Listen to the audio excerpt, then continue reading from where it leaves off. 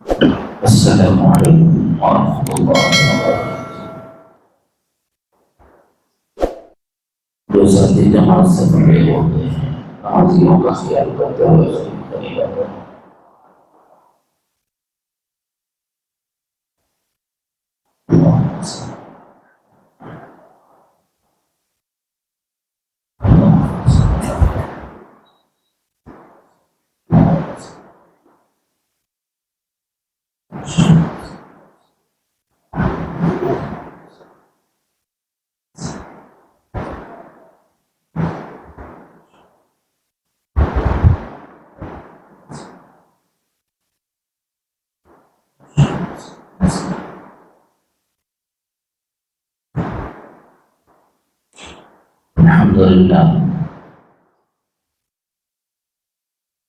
الحمد لله نحمده ونستعينه ونستغفره ونستهديه ونؤمن به ونتوب إليه ونتوكل عليه ونعوذ بالله من شرور أنفسنا ومن سيئات أعمالنا من يهده الله فلا مضل له ومن يضلله فلا هادي له ونشهد أن لا إله إلا الله وحده لا شريك له ونشهد أن سيدنا ونبينا ومولانا محمدا عبده ورسوله صلى الله عليه وعلى آله وأصحابه وبارك وسلم تسليما كثيرا كثيرا. أما بعد، أعوذ بالله من الشيطان الرجيم. بسم الله الرحمن الرحيم. قد أفلح من زكاها وقد خاب من دساها. وقال الرسول صلى الله عليه وسلم: لا تزول قدم ابن آدم يوم القيامة حتى يسأل عن خمس: عن عمره فيما أفناه، وعن شبابه فيما أبلاه، وعن ماله من أين اكتسبه وفيما أنفقه، وعن علمه فيما عمل به، وكذا في أجل ماذا عمل به، أو كما قال صلى الله عليه وسلم. محترم بزرگوں،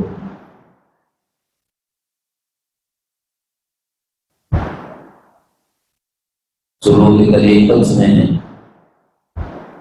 نفس کو پاک کرنا یہ مطلوب ہے.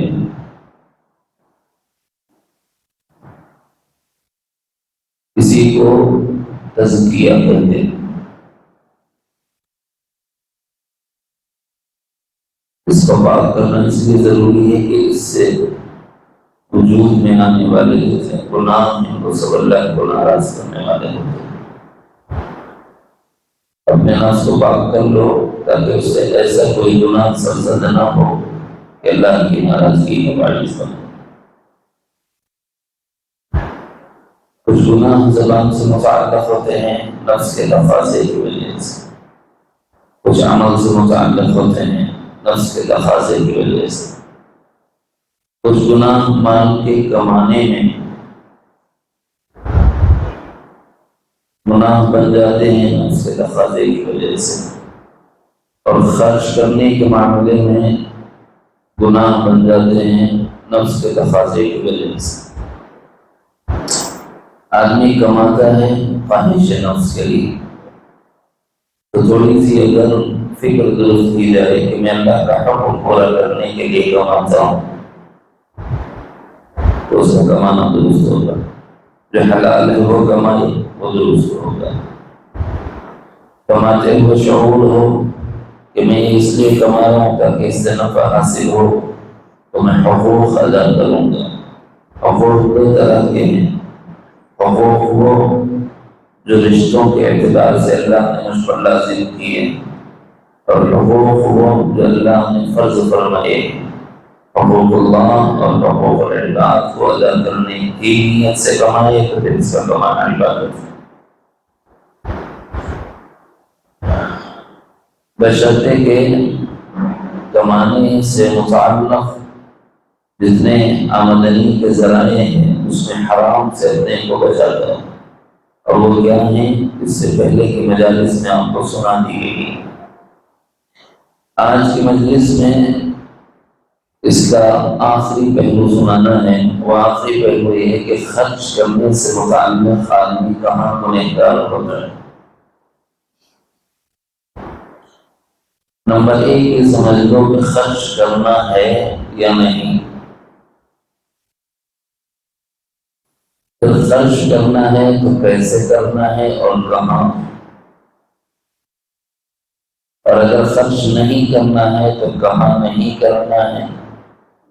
یہ تین عنوانات بن جاتے ہیں۔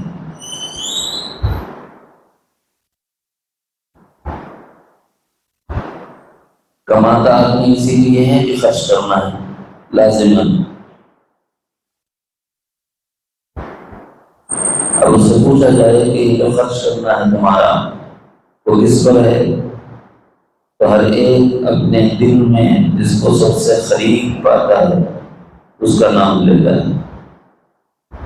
مثلا مجھے ماں باپ سے محبت ہو، میں کہوں گا اپنے ماں باپ کی خدمت کی۔ مجھے بیوی سے محبت ہو، میں کہوں گا بیوی کی۔ مجھے اولاد سے محبت ہو، میں کہوں گا اولاد کے لیے۔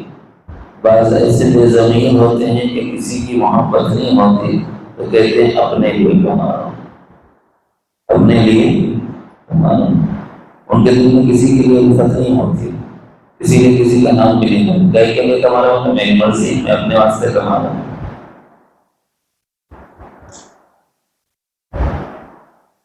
لیکن خرچ کرنا پڑے گا بغیر یا تو اپنی ذات پہ خرچ کرو، خرچ کرنا پڑے گا ماں باپ پہ خرچ کرو، خرچ کرنا پڑے گا بیوی بچوں پہ خرچ کرو، خرچ کرنا پڑے گا بھائی بہنوں پہ خرچ کرو، خرچ کرنا پڑے گا پڑوسیوں پہ خرچ کرو، خرچ کرنا پڑے گا ضروریات دین پر خرچ کرو۔ اس کے لیے اللہ تعالیٰ نے باضابطہ ترتیب دے دی، تمہارا کمانا تمہاری وجہ سے نہیں ہے، ہماری وجہ سے۔ اگر تم ایمان والے ہو تو یہ تمہارا عقیدہ ہونا چاہیے۔ ایمان والوں کے جو اوصاف اللہ نے ذکر فرمائی وہ یہ ہے، الذین یؤمنون بالغیب ویقیمون الصلاۃ ومما رزقناہم ينفقون۔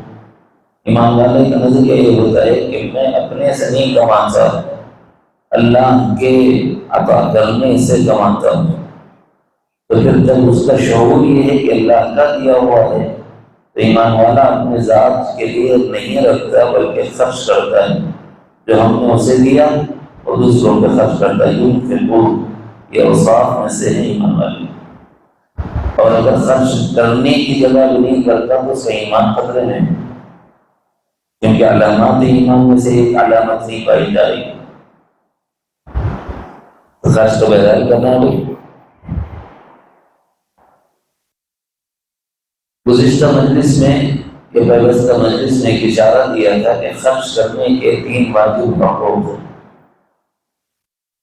ایک واجب شرعی کہلاتا ہے۔ واجب شرعی سے مراد یہ ہے کہ اللہ تعالیٰ نے یہ فرما دیا کہ اگر تم نصاب کو پہنچ جاؤ، نبی رحمت صلی اللہ علیہ وسلم کے واسطے سے اگر تم صاحب نصاب ہو جاؤ اور اس مال پر ایک سال بیت جائے تو تم پر لازم ہے کہ تم اپنے مال پر 2.5% زکوٰۃ ادا کرو۔ اس کو واجب شرعی بولتے ہیں۔ سوال یہ ہے کہ اللہ یہ واجب شرعی ہے، آپ نے میرے مال میں خرچ کرنے کا جو حکم فرمایا ہے، حکم قرآنی ہے، وآتوا الزکاۃ، زکوٰۃ ادا کرو۔ اب یہ واجب شرعی کو پورا کرنے کے لیے میں کہاں لگاؤں؟ تو اللہ تعالیٰ نے جہاں لگانا چاہیے مصارف بتا دیے، یہاں لگاؤ۔ انما الصدقات للفقراء والمساکین والعاملین علیہا والمؤلفۃ قلوبہم وفي الرقاب والغارمين وفي سبيل الله وابن السبيل فریضۃ من اللہ. یہ 8 مصارف ہیں اللہ تعالیٰ نے فرمایا کہ یہاں پہ لو. فقراء کس کو کہتے ہیں؟ وہ جو مانگنے والے. مساکین کس کو کہتے ہیں؟ وہ جو ضرورت مند ہوں لیکن حیا کی وجہ سے نہیں مانگ سکتے. عاملین علیہا، بعض کمیونٹیز ہوتے ہیں، ادارے ہوتے ہیں جو فقیروں اور مسکینوں کی امداد کے کاموں پر لگے ہوئے ہوتے ہیں، تو ان کے کچھ محسرین ہوتے ہیں، ان کے پاس بھی آپ بتا سکتے ہیں. والمؤلفۃ قلوبہم، کسی آدمی کو دیکھا کہ ابھی ابھی اسلام میں داخل ہوا ہے تو تعلیم قلب کے لیے اس کی مدد کی جا سکتی ہے اگر وہ معیشت کے اعتبار سے کمزور. اگر کسی مسلمان کے بارے میں یہ گمان ہے کہ ایسا اتنا غریب آدمی ہے، کھانے کو کھانا نہیں ہے، اب اس کی زبان سے کیا نکل رہا ہے، کیا آدمی اللہ میاں کفر میں جا رہا نا، تو اس کو کفر سے بچانے کے لیے، اس کی تعریف قلب کے لیے اس کی ضرورت کی چیزیں فراہم کر کر اس کے ایمان کو بچا لینا. والمؤلفۃ قلوبہم، کسی کے درمیان اختلافات ہو گئے، ان اختلافات میں دونوں کو ملانا آپ چاہتے ہیں، اس میں سے ایک ضرورت مند ہے، آپ اس کی ضرورت کو پورا کر دیں، اور دونوں کے درمیان جب آپ ضرورت پورا کریں گے تو آپ کے لیے آپ ایک عقیدت، ایک احترام، ایک محبت اس کے اندرون میں پیدا ہو جائے گی. اس کے بعد پھر آپ ان کے اختلافات کو ایک قول کے ذریعے سے حل کر سکتے ہیں. فالمؤلفۃ قلوبہم،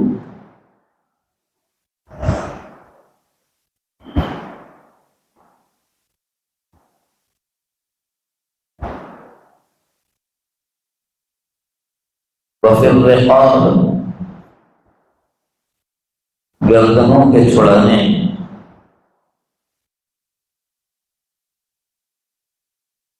یہ پہلے زمانے میں تھا کہ صاحب کو غلام بنا دیا جاتا تھا تو اسے آزاد کرانے کے لیے خرچ کرتے تھے، جیسے سیدنا ابو بکر صدیق رضی اللہ عنہ کا خرچ کرنا حضرت بلال کی آزادی کے لیے.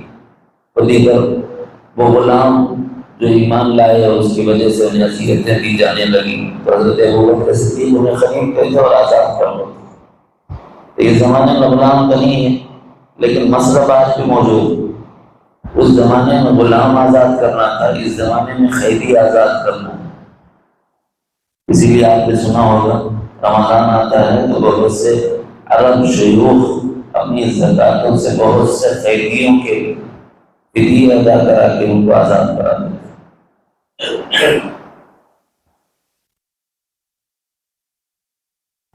قرض داروں کے قرض کی ادائیگی پر خرچ کرنا. والغارمین، اس میں بھی لگانا صاحب، ہاں قرض ایک بوجھ ہے، تم کیا جانو کیسا بوجھ. بعض لوگ تو وہ ہوتے ہیں کہ اگر ان کا قرض ان پر چڑھا ہوا ہو تو انہیں نیند نہیں آتی. بےسکونی کا عالم یہ ہوتا ہے، بے قراری کا عالم یہ ہوتا ہے کہ وہ آرام سے رہ بھی نہیں سکتے. ایسوں کی مدد کرنا چاہیے زکات کے ذریعے سے. وفی سبیل اللہ، اللہ کے راستے میں خرچ کرنا. اب اس کی مرادیں بہت سی.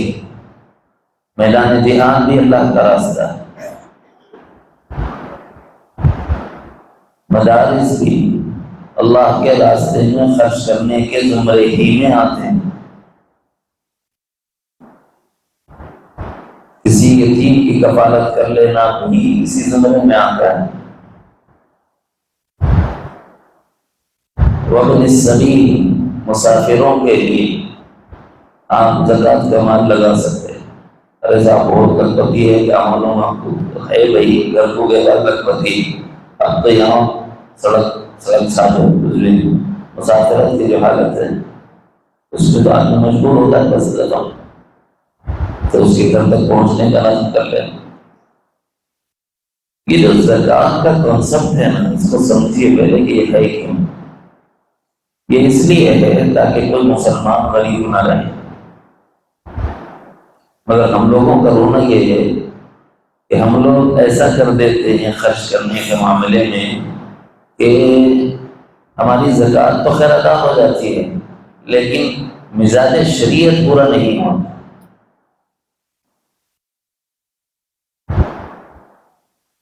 ہم کیا کرتے ہیں، چلو بھائی زکوٰۃ کی ساڑیاں لاؤ، ٹھہر کے بانٹ دو، ٹھیک ہے آپ کی زکوٰۃ ادا ہو جائے، لیکن یہ ساڑی اس کے بدن پہ کب تک رہے گی؟ کب تک رہے گی؟ 1 سال تک رہے گی۔ 100 روپے کی ساڑی 1 سال تک پہن سکی تو بہت بڑی بات ہے بھائی، 100-150 روپے سے بڑھ کے ساڑی نہیں رہی۔ ایک مرتبہ ایک ساڑی لے کے بیچاری گھر کو گئی تو دیکھی پہنے تو پورا نہیں آئی، دوسری مرتبہ زکوٰۃ کی ساڑی لینے گئی تو پہلے معاملے گئے، قصہ معلوم ہے نا آپ کو، سب آپ کو ساڑی دیے تو نام بھی ہوئی، جسم کو بھی نہیں آ رہی تو آپ فائدہ کیا ہے ویسا دے گا؟ ایسا بھی دے دیتے ہیں ہم لوگ، مانتے بھی نہیں کہ بھائی جسم ڈھکتا کہ نہیں ڈھکتا، صدر چھپتا کہ نہیں چھپتا۔ لباس پہنانا الگ حکم ہے، اگر کوئی لباس سے مجبور ہے تو اس کو لباس سے آراستہ کر دیا جائے۔ نبی علیہ السلام نے خبر دی ہے، خوشخبری دی ہے کہ اللہ تمہیں جنت کا لباس پہنائے گا، تم بے لباسوں کا لباس پہناؤ۔ لیکن ایسا تھوڑی ہے کہ صاحب آپ مزاج شریعت کے خلاف کرتے چلے جائیں۔ کبھی ایسا ہوتا ہے کہ صاحب کٹس بنا دیے جاتے ہیں، ٹھیک ہے وہ بھی ایک شکل ہے ادائیگی زکوٰۃ کی، مہینے کا خرچ ڈال دیا، اب یہ مہینہ ختم ہو کے بعد میں وہ بیچارہ تھمت اللہ ہے کہ نہیں، دوبارہ فقیر ہے کہ نہیں، دوسرے مہینے میں پھر وہ مستحق کا زکوٰۃ ہے۔ شریعت طہارا تو یہ چاہتی ہے کہ کوئی غریب رہے ہی نہیں، تو اس کا مطلب یہ ہے کہ بھائی آپ مال کو جمع کر کے اس کو کسی کاروبار سے لگا دو، نہیں آٹو دلا دو، بنڈی دلا دو، ترکاری کی دکان لگا دو، چھوٹی موٹی کرانہ دکان لگا دو، پنچر شاپ لگا دو، چھوٹی سی دکانیں، آدمی محنتی ہوگا تو خود محنت کرے گا آگے بڑھ جائے گا، لیکن روزگار کا ذریعہ تو بنے گا۔ ہم کیا کرتے ہیں، کٹ دے دیتے ہیں، لے لیتے ہیں، سب بس ہو گئی زکوٰۃ تو ادا ہو جائے گی، لیکن مزاج شریعت یہ نہیں، مزاج شریعت یہ ہے کہ کوئی بھی غریب باقی نہ رہے، ایسا نظام بناؤ کہ کسی ایک آدمی کو باضابطہ تو مستحکم کر دو، وہ خود زکوٰۃ ادا کرنے کا اہل ہو جائے، اس قابل اس کو بنا، کوئی نہیں پڑھ سکتا اس کو پڑھا دو، وہ قابل بن کے خود کما لے گا، پھر زکوٰۃ ادا کرے گا۔ لیکن اس پہ ہم نہیں لگاتے، کیوں نہیں لگاتے؟ اور تو اس میں بھی ایک اندیشہ ہے، وہ اس لیے نہیں لگاتے کیا کریں گے ان صاحب اگر اسکول کی فیس دیے تو فوٹو میں نہیں آ لینا، فوٹو میں آنے کی نیت اگر پہلے سے ہے اپنی، سمجھ لو ہماری زکوٰۃ ہی ادا نہیں۔ اللہ رب العزت نے فرمایا لا تبطلوا صدقاتکم بالمن والاذى، تکلیف دے کر، احسان جتلا کر اپنے صدقات کو ضائع مت کرو۔ اب اگر سامنے والا پردے والا ہے، وہ اپنے حال کو لوگوں سے چھپانے والا ہے، وہ مانگتا نہیں پھرتا، آپ نے تلاش کر لیا، ضرورت مند ہے اس تک پہنچانا چاہتے ہیں، لیکن آپ نے اس کی تصویر لے لی اور اخبار میں ڈال دی، اب جو اسے دیکھا ارے وہ زکوٰۃ کی لائن میں تھے تم بھی، وہ بیچارہ اپنے اندرون رسوم کی اور شرمندگی کا احساس میں مر جائے گا، اس کو جو شرمندہ آپ نے کیا ہے اس سے تکلیف اس کو نہیں ہوئی، بڑی روحانی اس کو تکلیف ہوتی ہے، اور اس روحانی تکلیف کی وجہ سے ہمارا یہ زکوٰۃ کا عمل ضائع ہو جاتا ہے۔ لا تبطلوا، اللہ نے فرمایا ضائع مت کرو، باطل مت کر لو، صدقاتکم، تم اپنے صدقات کو، یعنی تم اپنی نیکیوں کو کیسے ضائع نہ کرو، بالمن والاذى، احسان جتلانے کے ذریعے سے اور تکلیف پہنچانے کے ذریعے سے۔ من کہتے ہیں احسان جتلانا، اذا کہتے ہیں تکلیف پہنچانا۔ خرچ کرنے کے معاملے میں بھائی یا بڑی گڑبڑ ہو رہی ہے. ہم زکاتیں تو دیتے ہیں، واجب شرعی کو پورا کرنے کی کوشش کرتے ہیں، لیکن احتیاط نہیں کرتے، تو جس کے نتیجے میں وہ قبولیت سے پتہ نہیں ہم کنار ہوئی بھی ہے کہ نہیں ہوئی. اس سلسلے میں مجھے اپنی دادی جان رحمۃ اللہ علیہا کا ایک جملہ یاد آتا ہے. میں جب یہ بتاتا ہوں برابر سناتا ہوں. ایک مرتبہ حضرت کے پاس کچھ زکوٰۃ کا مال جمع ہوا. بہت سے مریدین منتظرین لا کے رکھا دیتے. حضرت اپنی مرضی سے آپ ضرورت مندوں میں تقسیم کر دیں. حضرت شاہ کمال الرحمن صاحب رحمۃ اللہ علیہ ہم لوگوں کو بولتے تھے کہ فلاں کو اتنا، فلاں کو اتنا، فلاں کو اتنا دے دو، ہم دے دیتے. چند بچوں کو دینے کے بعد میں نے تھوڑا سا کام لے لیا. ہماری دادی کو معلوم ہو گیا کیونکہ وہ سامنے بیٹھے ہوئے تھے، والد صاحب اور دادی جان بلائے گئے. پھر تو پوچھنے لگے بیٹے یہ جو آپ نے ان کو کام لگایا ہے نا، وہ زکات بھی دی، کچھ رقم آئی تھی پہنچایا؟ بولے نہیں، دوبارہ نہ کرو. بولے اس کے بعد جو آپ نے کام لیا، اگر اللہ نے یہ فرمایا کہ تم نے جو کام لیا ہے اللہ نے اس کا محنتانہ شمار کیا ہے، زکات نہیں ادا ہوئی، تو کیا کر لو؟ باقی کا باقی رہا کہ نہیں رہا؟ مطلب یہ ہے کہ ہم اپنے نوکرانیوں کو، کام والیوں کو زکات تو دے دیتے لیکن تھوڑا کام بڑھا کے لگا دیتے. ذرا کپڑے دھو دی خالہ، ذرا برتن دھو دی آنٹی، بولتے نا ایسا ہو جاتا ہے. لیکن اگر اللہ نے اس زکات کی ادائیگی کو اس کا محنتانہ شمار کر لیا اور زکات باقی رہ گئی تو واجب الادا ہے کہ نہیں ہے؟ اس میں بڑی احتیاط کی ضرورت ہوتی ہے کہ جس وقت زکات دی جا رہی ہے اس وقت کا کام بالکل بھی مت لو. یہ اگر لیا تو علیحدہ اس کی قیمت ادا. بہت نازک مسائل ہوتے ہیں سیکھنے اور سمجھنے میں، اس معاملے میں بڑی کوتاہی ہوتی ہے. 8 مصارف زکات بتائے گئے ہیں. اس کے بعد اللہ رب العزت نے فرمایا کہ وَآتَ الْمَالَ عَلَىٰ حُبِّهِ ذَوِي الْقُرْبَىٰ. دیکھو تمہارے رشتہ داروں میں جو تم سے قریب ترین ہیں اور وہ مال جو تم کو بہت زیادہ عزیز ترین ہے، عزیز ترین مال کو قریب ترین رشتہ داروں میں تقسیم کرو. اب یہ قریب ترین رشتہ دار کون ہے؟ اب یہ زکات کا حکم نہیں ہے، یہ واجب عادی کہلاتا ہے. یہ واجب ہے. ماں باپ کو کھلانا واجب نہیں. کتنے ایسے ہیں جو ماں باپ کو نہیں کھلاتے؟ کیا بولتے ہیں؟ وہ بولتے ہیں تمہارے گھر رکھا ہوا بھائی، بڑھاپے کو آ گئے ہیں، کمزوری اور ویرانہ سالی کو آ گئے ہیں، تمہارے لیے انہوں نے کیا کیا نہیں کیا ہے. ایسے میں اب وہ بڑھاپے کو پہنچ گئے تو تمہاری ذمہ داری ہے کہ بٹھا کر کے ان کی خدمت کرتے، انہیں کھلاتے، انہیں پلاتے، ان کی دوا دارو کا اہتمام کرتے، ان کے لباس کا اہتمام کرتے. یہ کرنے کے بجائے یہ بول رہے ہیں تمہاری کیا ضرورت ہے. یہ انتہائی بدبختی کی علامت ہے. اس لیے ماں باپ کو اللہ رب العزت نے تمہارا کفیل بنایا تھا تو اس وقت میں ان کا جو طرز رہا ہے وہ بالکل الگ تھا. وہ طرز کیا تھا؟ وہ طرز یہ تھا کہ تمہاری خواہش، میرے جملے اچھا نوٹ کرنا، تمہاری خواہش تمہاری زبان پر آنے سے پہلے پوری کی جانی تھی. تمہاری ضرورت تو وہ کرتے ہی کرتے ہیں. تمہارا کھلانا ضرورت تھی، تمہارا پلانا ضرورت تھی، تمہارے لیے گھر ضرورت تھی، تمہاری تعلیم ضرورت تھی، تمہاری بیماری میں دوا تو ضرورت تھی. لیکن میرے بچے کو سائیکل بھی چلانا چاہتا ہے، اس کی خواہش ہے. گاڑی چلانا چاہتا ہے، اس کی خواہش ہے. جس جنوں دوستوں میں بیٹھ کر کچھ کھا لینا چاہتا ہے تو اس کو کچھ تحفہ تحائف دے دینا چاہتا ہے تو اس کو جیب میں رہنا چاہیے. اس لیے آدمی اپنے بچوں کے ساتھ حسن سلوک کرتا ہے زبان پر آنے سے پہلے. تو فرمایا کہ ماں باپ کا تم پر حق یہ ہے کہ ان کو مانگنے کی ضرورت نہ پڑے. جس اولاد سے ماں باپ مانگنے، سمجھ لو وہ سب سے بدترین انسان.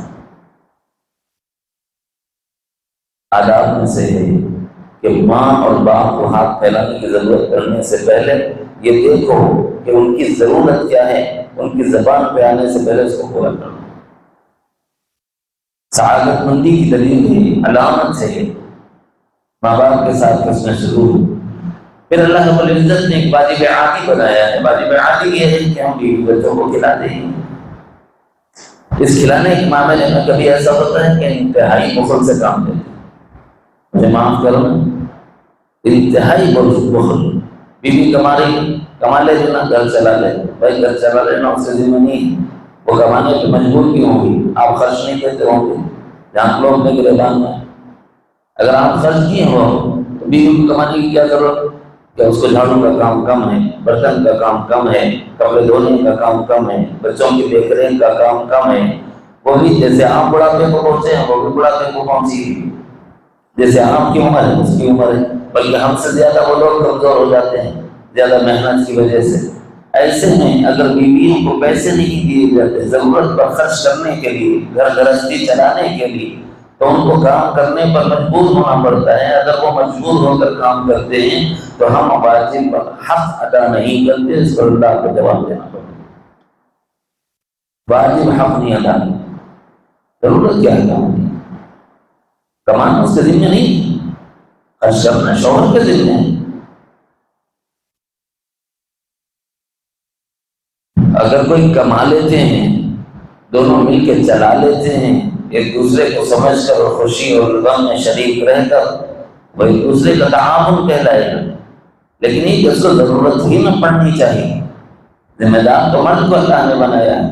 الرجال قوامون علی النساء کی تفسیر آپ پڑھیں، علماء امت نے لکھا ہے کہ مرد کو عورتوں پر جو فضیلت حاصل ہے اس کی وجہ کیا ہے؟ فرمایا اس کی وجہ یہ ہے کہ وہ مہر دیتا ہے، اس کی وجہ یہ ہے کہ وہ اس کو پناہ دیتا ہے، اس کی وجہ یہ ہے کہ اس کو سکنا دیتا ہے، اس کی وجہ یہ ہے کہ وہ حفاظت کا ذمہ دار ہے، اس کی وجہ یہ ہے کہ وہ اس کو کھانے پر خرچ کرتا ہے، اس کی وجہ یہ ہے کہ اس کے پینے اور پہننے پر خرچ کرتا ہے، اس کی وجہ یہ ہے کہ اس کی بیماری میں دواداروں کا اہتمام کرتا ہے، اس کی وجہ یہ ہے کہ اس سے اولاد ہو جائے تو اپنی اولاد کہہ کر اس کو نام دیتا ہے اور اس اولاد پر بھی خوش دلی کے ساتھ خرچ کرتا ہے. لہذا الرجال قوامون علی النساء، تب اللہ نے فرمایا کہ تم قوام ہو، نہیں تو پھر قوام کہلانے کے اہل نہیں ہو.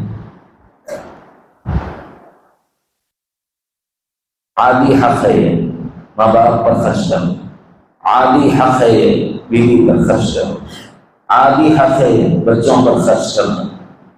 پڑھانا چاہیے. ارے کیا پڑھ کے مٹی مانگتے، چلو سر بڑے والے کون سا کما رہے ہیں، میرے ساتھ کام کرو. خرچ کر سکتا ہے پڑھانے پر، نہیں کرتا تو یہ بخالت ہے، یہ عادت ہے. سب خرچ کرنے والے کرتے ہیں، آپ کیوں نہیں کرتے؟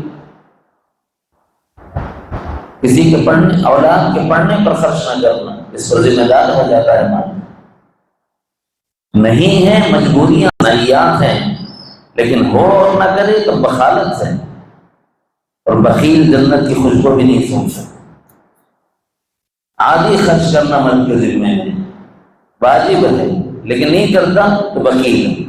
زکوٰۃ ادا کرنا واجب ہے، نہیں ادا کرتا تو بخیل ہے. اس سے زیادہ بھی خرچ کرنا چاہیے. یہ دو حکم بالکل الگ الگ ہیں جو میں نے ابھی سنائے ہیں. اللہ رب العزت نے جو فرمایا وآتوا الزکاۃ، یہ حق شرعی ہے. وآتى المال على حبه ذوي القربى، یہ حق عادی ہے.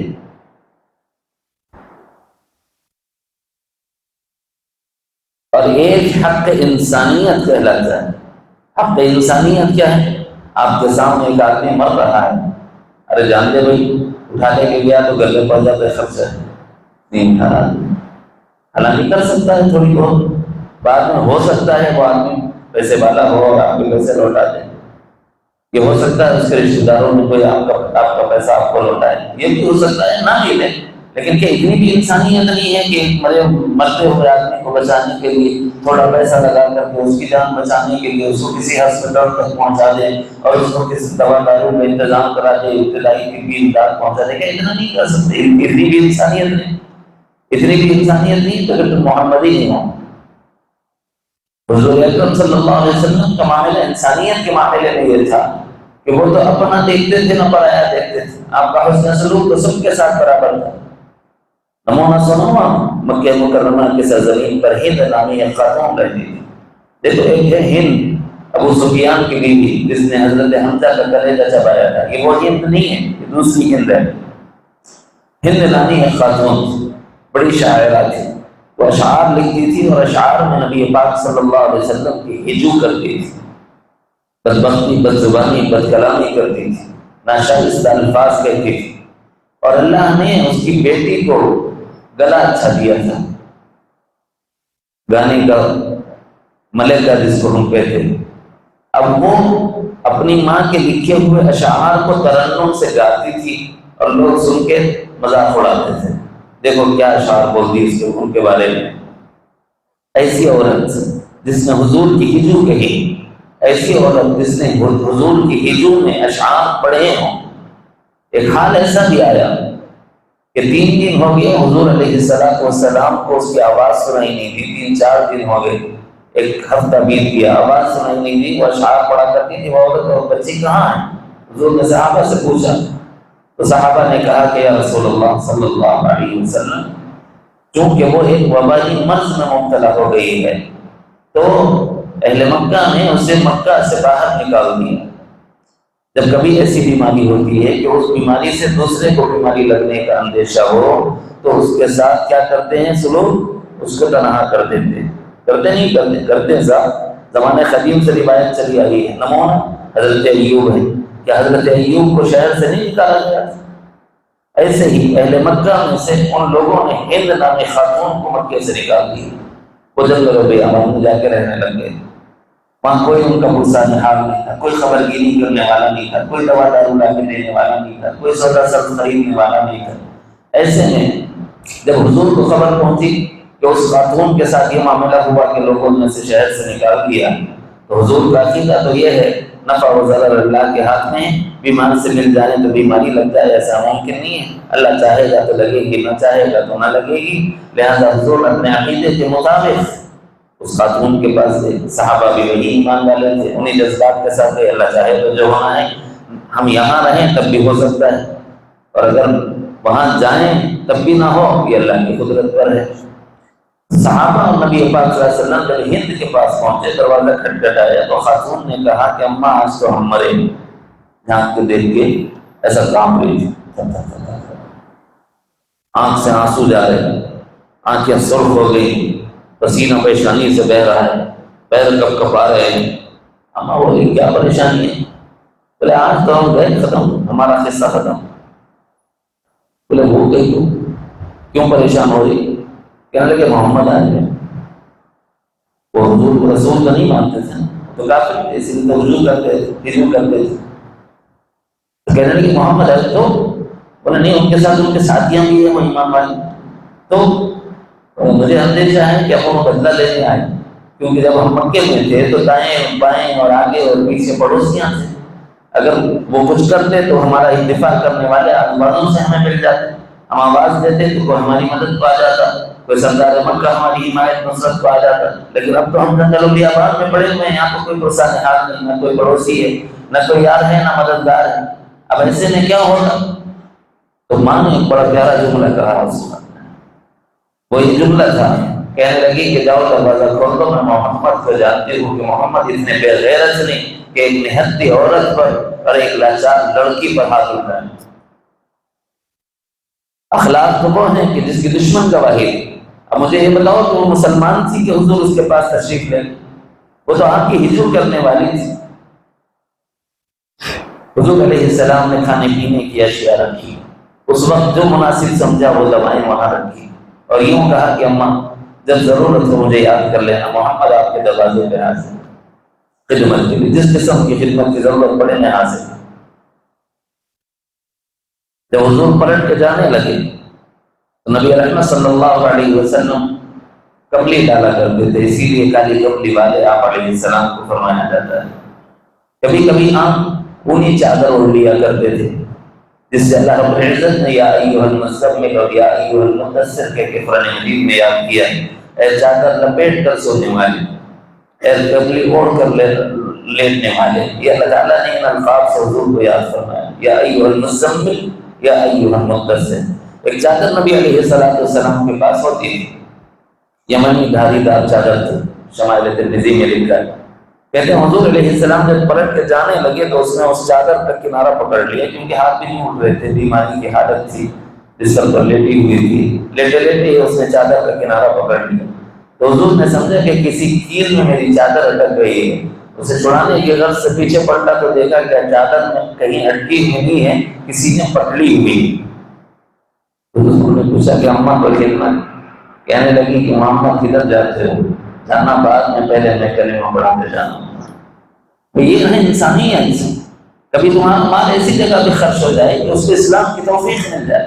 کسی بیمار کو بیماری میں دوا دلا کر کے دیکھو، ہو سکتا ہے کہ وہ اسلام سے مانوس ہو جائے، اخلاق اسلامی کو دیکھے اور اسلام کے قریب ہو جائے، اور اسلامی تعلیمات کو لینے والا اور داخل اسلام ہو کر مسلمان کہلانے والا ہو جائے۔ ممکن ہے ایسا؟ کیا یہ انسانیت نہیں کہ لاکھوں گھر مسمار ہو گئے ہیں، وہ بے گھر پڑے ہوئے ہیں، آسمان ان کی چھت ہے اور زمین ان کا بستر ہے؟ نہیں سمجھ آ رہا تو آپ تو روز دیکھ ہی رہے ہوں، کتنے پٹاخے پھٹ رہے ہیں، کتنے گھر ویران ہو رہے ہیں، ملبے میں تبدیل ہو رہے ہیں۔ کیا وہ ضرورت مند نہیں ہے اس وقت کہ ان کی امداد کی جائے، ان کی اعانت کی جائے، ان کی مدد کی جائے؟ انسانیت کے ناطے ہمارے ذمہ ہے کہ جب اللہ نے تمہیں دیا ہے تو ایمان کا تقاضا یہ ہے کہ اللہ کے دیے ہوئے مال کو خرچ کرو۔ اس کو کہتے ہیں کہ صاحب یہ دستور کے مطابق انسانیت کے ناطے خرچ کرنا، اور یہ لازم۔ ایک آدمی کے پاس ہو اور وہ خرچ نہ کرے تو وہ گناہگار ہے اللہ کے نزدیک، اور وہ قانون کے ساتھ محشور کیا جائے گا۔ یہ صوفیہ نقشبندیہ نے لکھا ہے، کیا فرمائیں؟ قانون کے ساتھ اٹھایا جائے۔ کیوں؟ تیرا مال ایسے ہی ایمان والوں کے کام نہیں آیا، تیرا مال ایسے ہی اللہ کے بندوں کے کام نہیں آیا، جیسے قارون کا مال کسی کے کام نہیں آیا۔ زمین میں دس دیا کس کے کام آیا؟ جیسے وہ کسی کے کام نہیں آیا، ویسے ہی اگر تیرا مال کسی کے کام نہ آیا تو سمجھ لے کہ قارون کے ساتھ محشور اٹھایا جائے۔ اب اپنی مرضی ہے، سب جدھر اٹھنا ہے ادھر کی تیاری کر لو۔ اس سے ہٹ کر یہ تو ایک جائز جگہ ہے۔ کہاں کہاں جائز جگہ ہیں خرچ کرنے کی؟ ایک جائز جگہ ہے شریعت نے واجب حق قرار دیا اس پر خرچ کرنا، ایک عادی جگہ ہے، ایک انسانیت کے ناطے خرچ کرنا ہے۔ پھر اس سے ہٹ کر خرچ کرنے میں ایک جائز جگہ اور بھی ہے۔ اللہ تعالیٰ قرآن مجید میں فرماتے ہیں وَتَعَاوَنُوا عَلَى الْبِرِّ وَالتَّقْوَىٰ، نیکی اور صلاح کے کاموں میں ایک دوسرے کی مدد کیا کرو۔ اور اللہ تعالیٰ فرماتے ہیں کہ خیر کے امور میں خرچ کیا کرو، بھلائی کے کاموں میں خرچ کیا کرو۔ اب یہ بھلائی کے کام کتنے بہت سے ہیں۔ مساجد کا کام کر دینا، مساجد کی تعمیر کر لینا بھلائی کا کام اس اعتبار سے ہے کہ میری آخرت کا ذریعہ ہے۔ مدارس کا کام کر دینا یہ اس اعتبار سے ہے کہ میری آخرت کا ذریعہ ہے۔ بولویل کا کھلوا دینا یہ اس اعتبار سے ہے کہ یہ میری آخرت کا ذریعہ ہے۔ یہ خیر کے کام ہے، بھلائی کے کام ہے، رفاہی کام ہے، لوگوں کو اس سے نفع ہوتا رہے گا۔ جب تک لوگ نفع اٹھاتے رہیں گے اس وقت تک اللہ رب العزت اپنے کرم سے ثواب تمہارے نام اعمال میں لکھ دیں گے۔ ایک عالم دین سے کسی نے پوچھا کہ صاحب بورنگ میں کھدایا، ٹھیک ہے آپ بول رہے سارے ثواب ہوگا، بورنگ میں کھدایا، 10 سال کے بعد ایک آدمی آگے پانی پیا تو اس کو کیا معلوم ہے کھدایا سے؟ نام لکھا ہوا تھوڑی ہے، لکھا ہوا بھی رہا تو مٹ جاتا، 10 سال تک رہتا کیا بھائی؟ مٹ جاتا۔ تو اس کو میرے کو اِسارے ثواب کریں گا کیا گارنٹی ہے؟ فرمایا کہ اس کا زبان سے تمہارے لیے اِسارے ثواب کرنا بھی ضروری نہیں۔ اس نے ایک گھونٹ پانی پی کر الحمدللہ کہہ دیا، اللہ نے آپ کے نام اعمال میں اجر لکھ دیا۔ سمجھ رہے ہیں؟ اس نام لے کے دعا کرنا بھی ضروری نہیں، آپ کی نیت پر آپ کو اجر مل گئی۔ یہ اللہ تعالیٰ کا فائدہ ہے۔ خیر کے کاموں اور بھلائی کے کاموں میں خرچ کرو، دل کھول کے خرچ کرنا، بخالت سے خرچ مت کرنا۔ جہاں تک اپنی ذات کا معاملہ ہے اس ذات کے معاملے میں خرچ کرنے میں اسراف سے بچنے کی تعلیمات ملتی ہیں شریعت مطہرہ میں، یہاں تک کہ فرمایا کہ ایک قطرہ پانی بھی تم ضائع نہیں کر سکتے۔ وَلَا تُسْرِفُوا إِنَّهُ لَا يُحِبُّ الْمُسْرِفِينَ۔ سالک طریقت تو چاہتے ہیں کہ اللہ کی محبت حاصل ہو، اللہ کی محبت چاہتے ہو تو اسراف سے بچو۔ اسراف کیا ہے؟ بہت بڑی بڑی باتیں سنایا تو پریشان ہو جائیں گے، چھوٹی چھوٹی باتیں بتا کے بولتا ہوں کہ صاحب یہ بھی اسراف میں داخل ہے، باقی آپ سمجھدار ہیں، ٹھیک ہے؟ ایک آدمی کا پائجامہ ٹخنوں سے نیچے چلا جائے کیا ہے؟ اسراف۔ اسی لیے نبی نے خبر دی ما اسفل من الكعبین من الازار فی النار، تیرا کپڑا اتنا لٹک گیا اب جہنم میں چلے گا۔ ہمارے ہاتھ کی آستین ہے، اگر یہ صرف حماقت کے لیے باہر تک نکل آئے، یوں دکھاوے کے لیے، تو فرمایا کہ یہ جو زائد ہے یہ اسراف ہے۔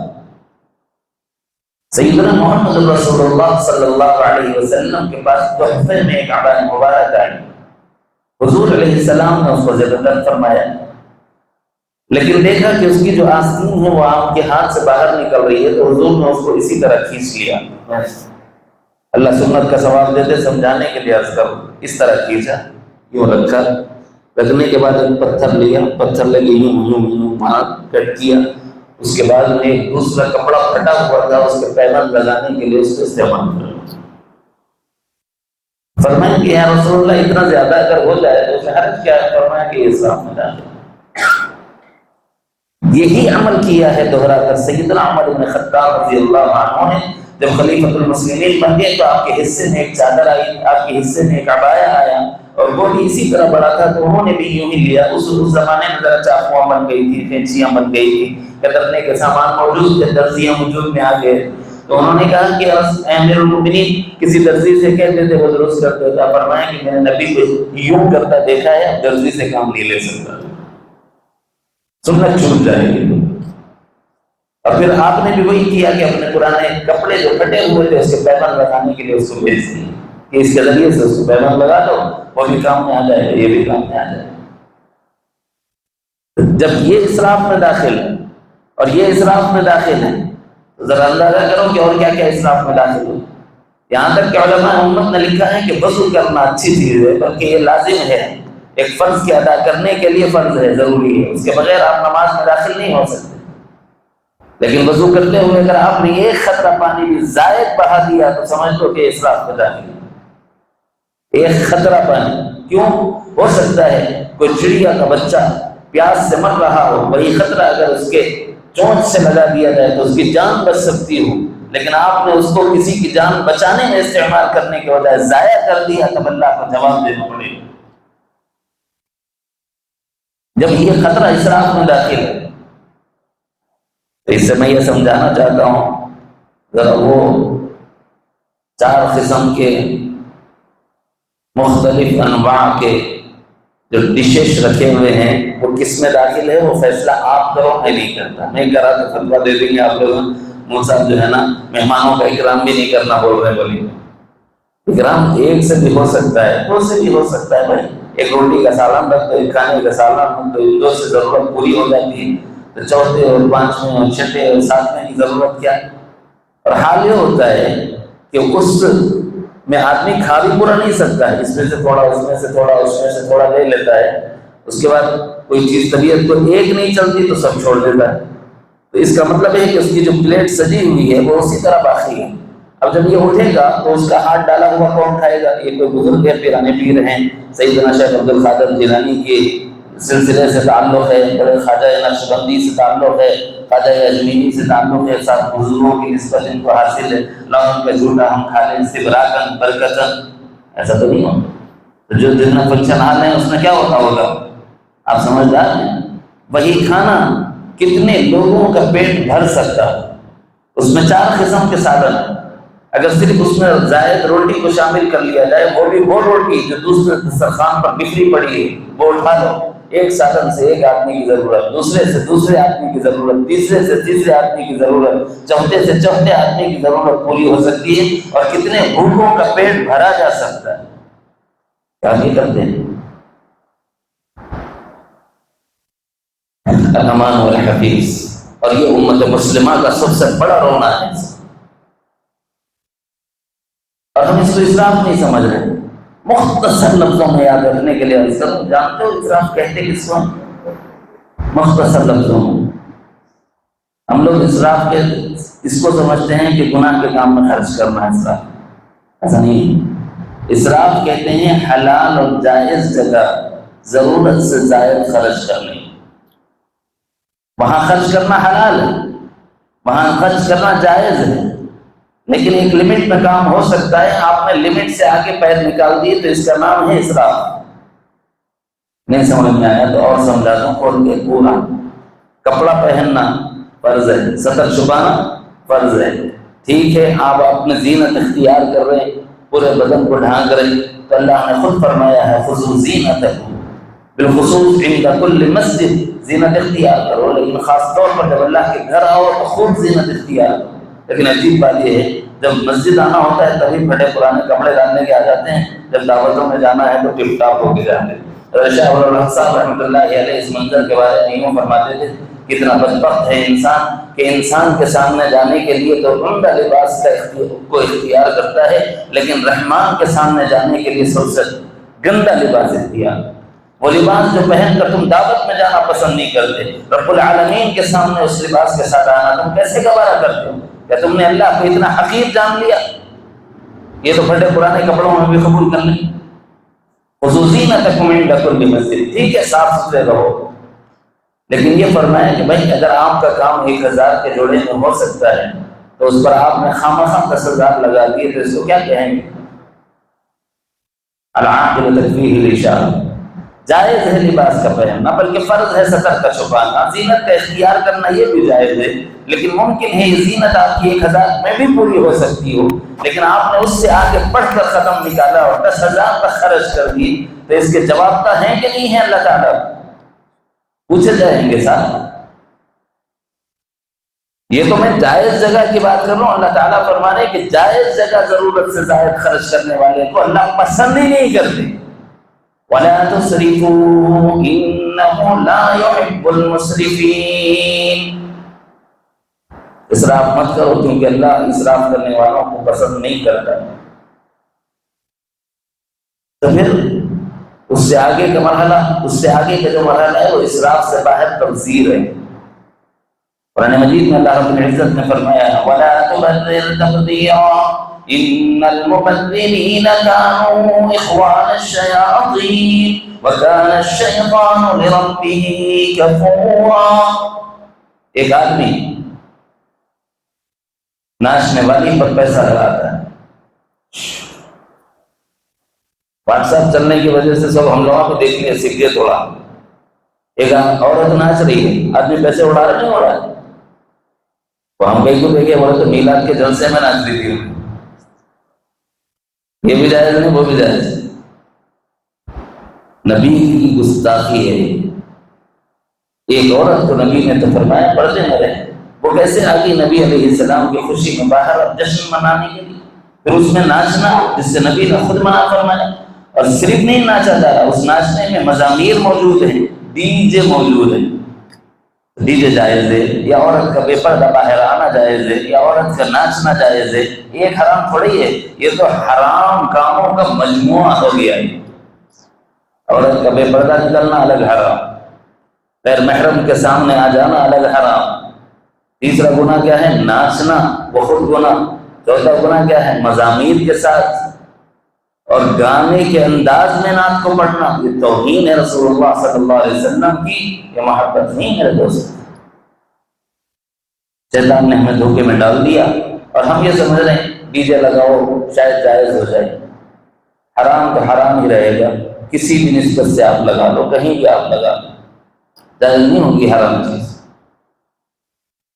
کوئی شے فی نفسی ہی حرام ہے، اس کو ہم خود سے حلال نہیں کر سکتے، اور کوئی حلال ہے ہم حرام نہیں کر سکتے، ہم تو ہم ہیں۔ سرکار دو عالم جناب محمد الرسول اللہ صلی اللہ علیہ وسلم نے ایک شے حلال کو اپنے لیے روک لیا تو اللہ نے پوچھ لیا تھا یا ایھا النبی لم تحرم ما احل اللہ لک، اللہ کے رسول صلی اللہ علیہ وسلم اے نبی آپ نے ایک حرام چیز جو آپ کو اللہ نے حلال کی تھی اپنے اوپر کیوں آپ نے حرام کر لی؟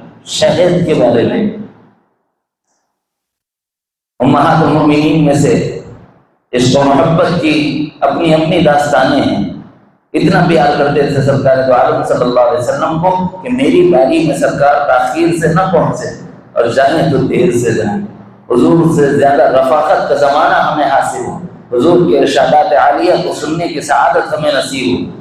ایک مرتبہ دیکھا کہ ایک ام المؤمنین کے گھر حضور دیر تک بیٹھ گئے اور وہاں سے بعد میں تشریف لائے، تو انہوں نے کہا کہ یا رسول اللہ آپ کے دہن مبارک سے مغافیر کی بو آ رہی، تو حضور نے فرمایا میں نے تو مغافیر نہیں کھایا، مغافیر گوند کو کہتے ہیں، گوند کی بو آ رہی، وہ کوئی معیوب بات تو نہیں تھی، لیکن حضور نے فرمایا کہ چلو ٹھیک ہے، جو چیز میں کھا کے آیا تھا وہ نہیں کھاتا۔ اور آپ کھا کے کیا آئے تھے؟ حضرت سودا کے گھر سے شہد کھا کے آئے تھے۔ تو اللہ نے پوچھا کیا آپ یہ چاہتے ہیں تب تقی مرضات ازواجک، آپ بیویوں کی خوشنودی کے لیے اللہ کی حلال چیز کو حرام کر دو؟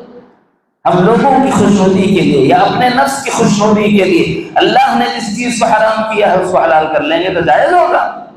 جب وہ پاکیزہ گھرانہ مسئول ہے، پوچھا گیا ہے کہ آپ نے ایسا کیوں کیا، کیسے کیا، تو ہم کیا، ہماری حیثیت اور ہماری اوقات اور ہماری حقیقت کیا؟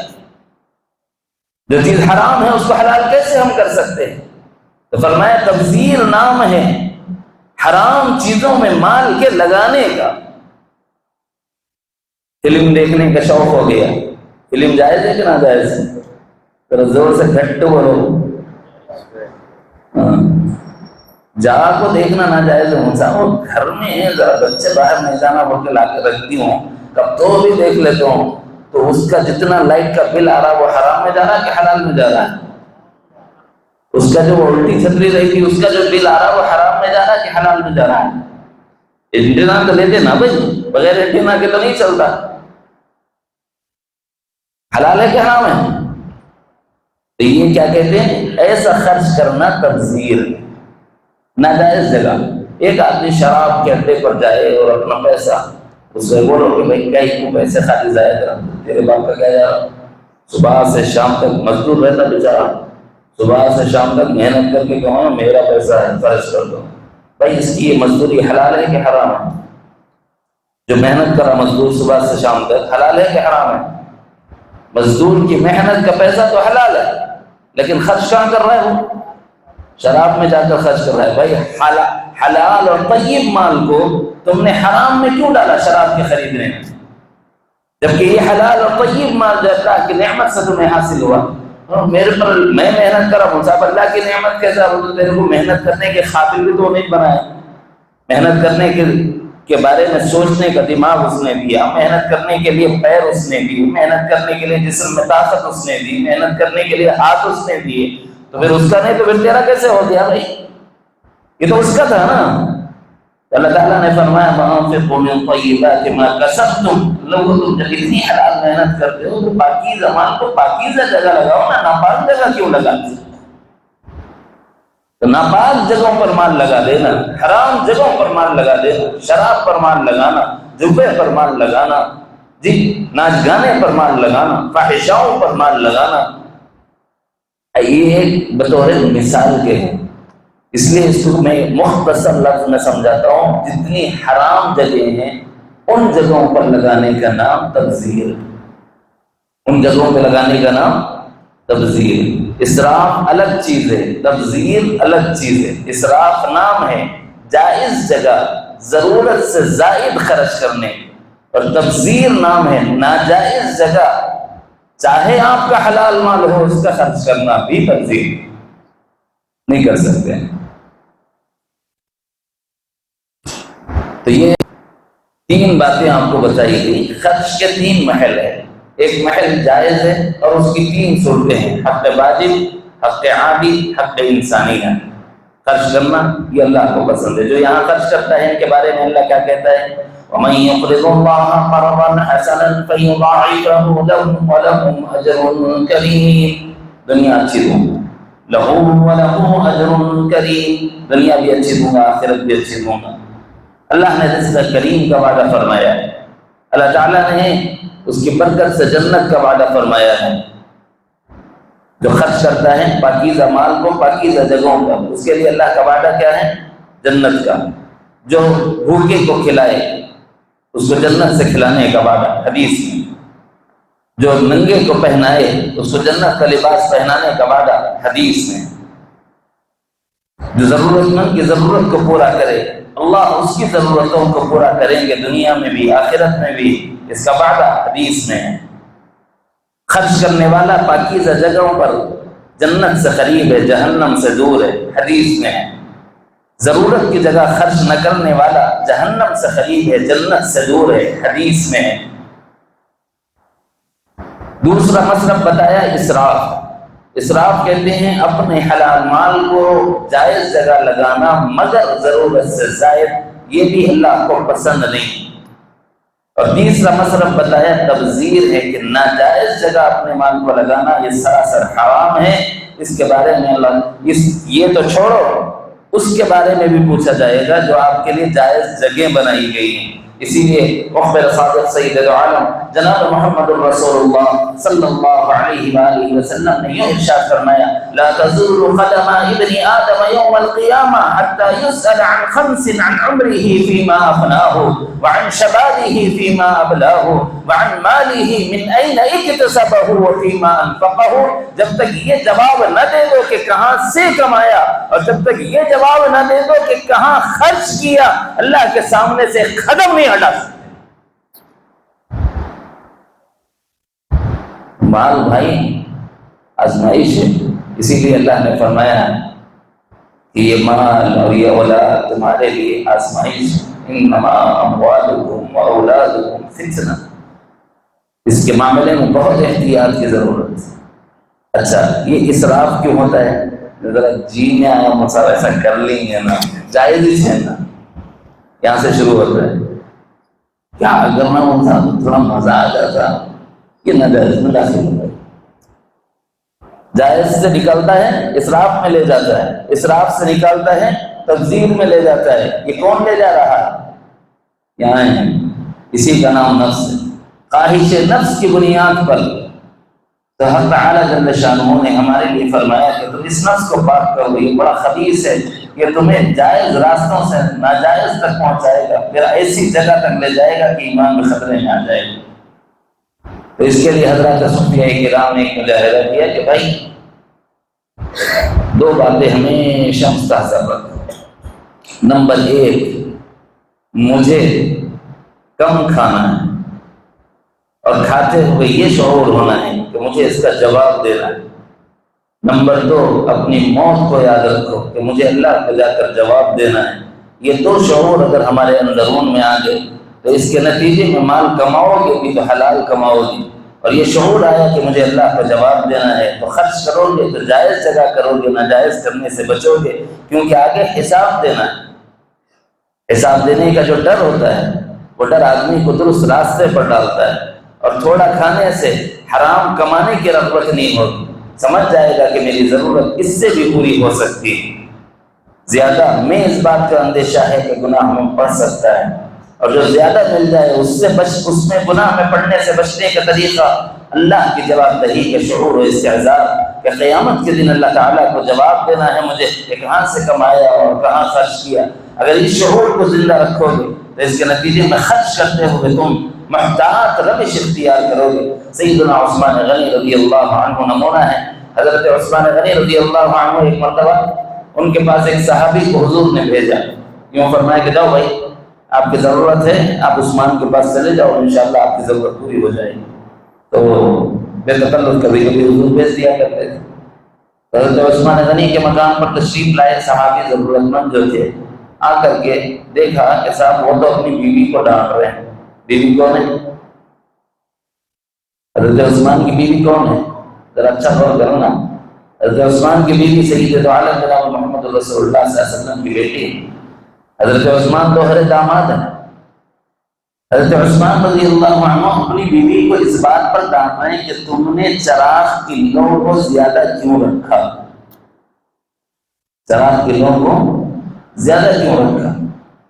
تو یہ صحابی جو آئے تھے اپنی ضرورت سنانے کے لیے حضرت عثمان کو واپس چلے۔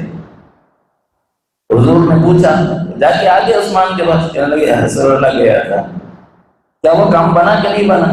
کہنے لگے رسول اللہ وہ تو اپنی بیوی کو ڈانٹ رہے ہیں، وہ بھی چراغ اتنا کہ بڑا نہیں ہوگی، وہ آدمی میری ضرورت کیا پوری کر سکتا ہے؟ ہم نے آپ کو جو کہا تھا وہ تو آپ کر لیتے، ہماری بات کی لاش کیوں نہ رکھی؟ تم چلے جاتے ہو یوں کہہ دیتے کہ آپ کی فلاں ضرورت ہے تو کام ہو جاتا۔ تو کہنے لگے رسول اللہ آپ کا حکم سر، آپ کو بھیجاتا ہوں، غلطی ہوگی۔ پلٹ کے دوبارہ آئے، حضرت عثمان کے دروازے کو دھکا مارا، کہنے لگے کہ بھائی میں ضرورت میں پھنسا ہوا ہوں، اگر کچھ مدد ہو سکتی ہو تو ساتھ دے دیجیے۔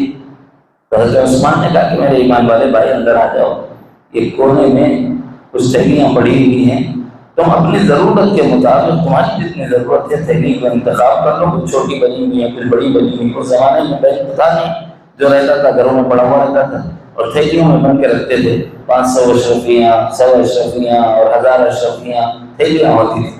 حضرت عثمان نے کہا کہ تمہاری ضرورت جس تھیلی سے پوری ہوتی ہے اٹھا لینا اور لے کے چلے جانا. وہ تو اپنی ضرورت کے بقدر لے لیے وہاں سے,